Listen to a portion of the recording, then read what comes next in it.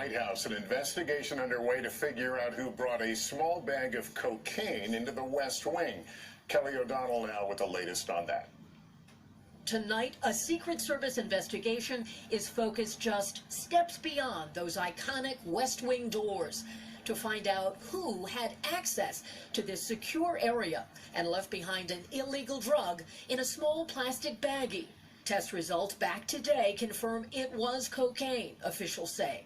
Found Sunday night in a common area where staff and visitors store personal belongings like cell phones before stepping closer to the heart of the president's office space. The president thinks it's very important to get to the bottom of this. Sources familiar with the investigation say the baggie is still at the lab to determine if fingerprints or DNA can be detected and to do a full chemical analysis of the contents. Investigators are also reviewing video surveillance and visitor logs. When people visit the West Wing, there is the area of the West Wing where it is highly traveled, and that is what happens. People come through this particular area, it's highly traveled. The West Wing lobby is often included in private tours led by White House employees. Officials say those tours were done Friday, Saturday, and Sunday before the baggie was found. The Biden family was at Camp David. Let the Secret Service do their job. It's under their purview. Officials point out that all White House visitors are screened to detect weapons or dangerous chemicals that could be used to harm others. Kelly joining me now. Kelly, what are the expectations the Secret Service will be able to find the individual responsible? Well, Lester, officials are tamping down expectations. Unless forensic evidence is found, like DNA, they say they may not be able to solve this because the baggie is so small. Secretary describing that area as a highly traveled part of the building. Lab tests late today confirming that substance they found was indeed cocaine. So now the question, who brought that drug into the White House, and will cameras or fingerprints lead investigators to the person responsible? In a moment, we'll be joined by a former Secret Service special agent for her insight on how investigators will get to the bottom of this. But first, NBC News senior White House correspondent Kelly O'Donnell leads us off. Tonight, a Secret Service investigation is focused just steps beyond those iconic West Wing doors to find out who had access to this secure area and left behind an illegal drug in a small plastic baggie. Test results back today confirm it was cocaine, officials say.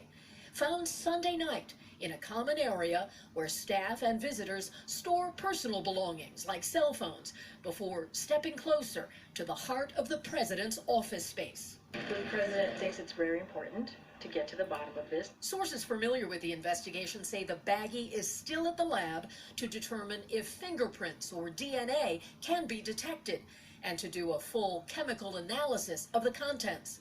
Investigators are also reviewing video surveillance. The amount of cameras at the White House and the area that is in question right now, is it a high surveillance area? A really good question, and because we're on national television, a lot of people who mean harm to the White House and the people there, I really don't want to say something like that. But your assumption to say that as we get more into the interior of the White House, there would be less cameras, that would be probably a very correct thing to say because it's a sensitive area. You don't want conversations being recorded, movements being recorded. You know, anytime you tape something, you always risk, right, something getting hacked or leaked into. But they really should look at the personnel. And you know, it doesn't have to be a guest of staff. It could also be a staff member that perhaps this happened to. Maybe something slipped out of somebody's pocket. So they really should look at this really strictly.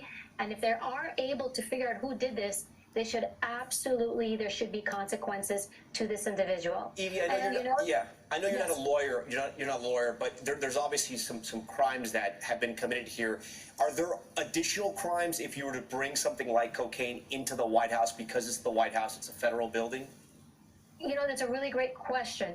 And so because nothing like this has happened before that we know of, it is a misdemeanor for the amount that we know, that it would be a misdemeanor in Washington, D.C. But I do think that if they were able to look at who did this, they will probably try to charge this person as much as possible. But that is a great question and will remain to be seen.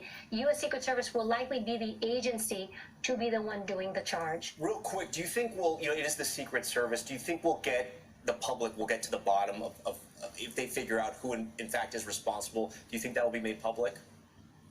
I think they will make it public, and they should make it public. Now, whether we're going to get an answer, I don't know. And that's one of the things they're really trying to work hard. The packet was found by a uniform division officer who was actually doing sweeps of the area. That's something that they typically do. And he was the one who found it and called it in. And then the U.S. Secret Service sent the packet to the FBI to do an analysis to verify what it was, because initially they didn't know what that substance was. When it came back that it was cocaine, then all these things went into effect.